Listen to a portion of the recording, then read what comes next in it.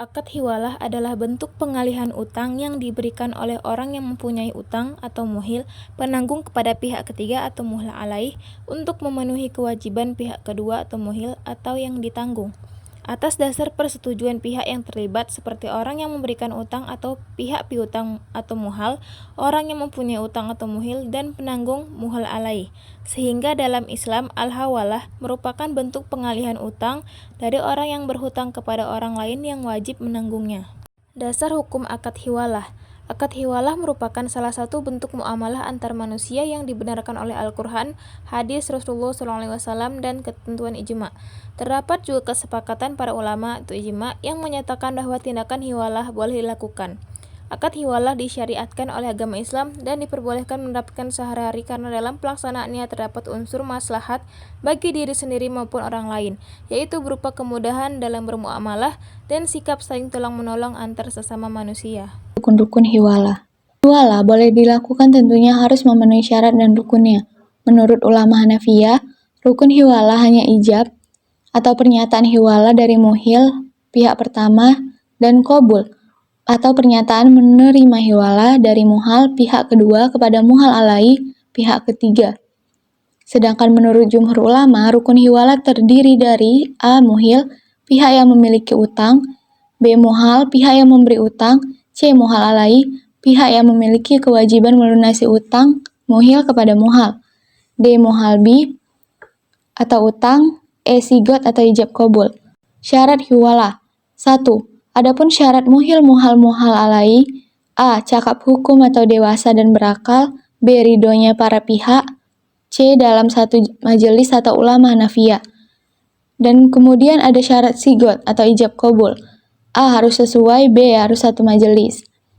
Adapun syarat muhal B, A. Al-dain atau utang yang wajib dibayar, B. Al-ayan al-qaimah atau utang berupa uang atau utang barang yang belum berwujud, C. Al-dain al-lajim atau utang bersifat mengikat atau bukan dalam proses qiyar, D. Harus diketahui para pihak, E. Utang sudah jatuh tempo, F. Kesamaan hutang atau hiwalah muqayyada. Ada manfaat akad hiwalah. Manfaat akad hiwalah terbagi menjadi 5. Yang pertama itu, jaminan atas harta orang yang memberi hutang kepada orang lain di mana orang yang berhutang tidak mampu membayarkan hutangnya. Bukan berarti harta orang yang berpiutang hilang begitu saja, namun bisa kembali lagi melalui perantara orang ketiga atau bisa disebut dengan muhal alaih yang akan menanggung dan membayarkan hutangnya.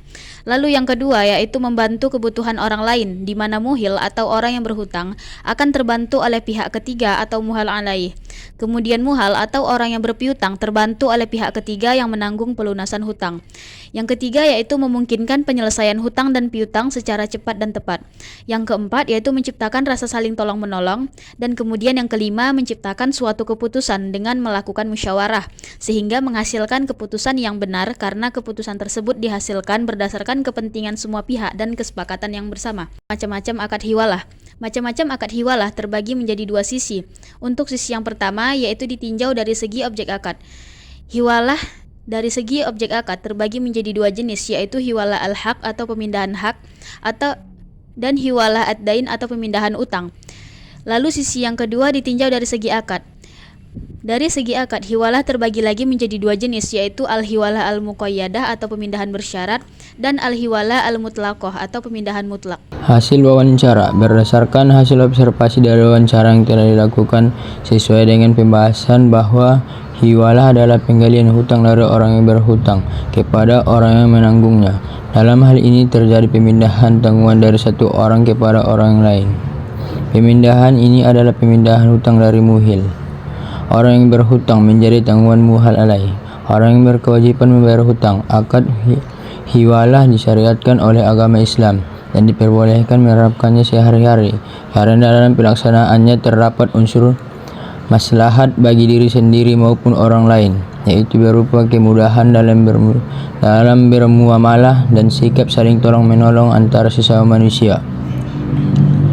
Pihak-pihak tersebut adalah muhil, muhal atau muhtal, dan muhal alaih. Melalui observasi kami, pihak pembeli muhil sudah mengetahui peraturan tentang pembiayaan hiwalah sesuai aturan dan syariat. Hiwalah dalam Islam dengan cara mengalihkan transaksi di kantin. kepada pihak muhal alai. Rekan si pembeli akan membayar ke ibu kantin muhal sehingga berakhirnya transaksi wilayah karena sudah terbayarnya secara hiwalah. Kesimpulan, hiwalah adalah bentuk penggalian utang yang diberikan oleh orang yang mempunyai utang. Muhil penanggungan kepada pihak ketiga. Muhal alai untuk memenuhi kewajiban pihak kedua, muhil atau yang ditanggung. Akad hiwalah merupakan salah satu bentuk muamalah antara manusia yang dibenarkan oleh Al-Quran, hadis Rasulullah, dan ketentuan ijma'. Terdapat juga kesepakatan para ulama ijma' yang menyatakan bahwa tindakan hiwalah boleh dilakukan. Menurut ulama Hanafiyah, rukun hiwalah hanya ijab dari muhil dan qabul. Dari muhal kepada muhil alai, syariat muhal alai itu cakupan hukum, dewasa dan berakal atau ahli akad, ridhonya para pihak dalam satu majelis. Ulama Hanafiyah macam-macam hiwalah ditinjau dari segi objek. Akad dibagi menjadi dua jenis, yaitu hilayah al-haq, pemindahan hak, dan hiwalah ad-dain, pemindahan utang. Manfaat hiwalah ialah dapat menciptakan rasa saling tolong-menolong dan menghasilkan suatu keputusan dengan melakukan musyawarah sehingga menghasilkan keputusan yang benar, karena keputusan tersebut dihasilkan berdasarkan kepentingan semua pihak dan kesepakatan bersama.